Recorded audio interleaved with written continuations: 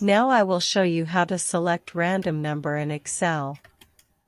Firstly, mention the formula equals rand number, and then mention the number as required. Then, again mention the number as required, like 15,000, 45,000, and hit the Enter key.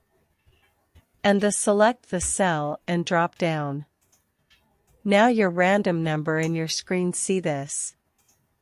Now again I will show you if you want to mention something more after the number, like CR or million or more, then select the cell and click on right key, and again select the custom, then go to the type section and mention the hashtag D, and again 3 times hashtag and the inverted comma, and mention the CR or million as required, then inverted comma, closed, and hit Enter key.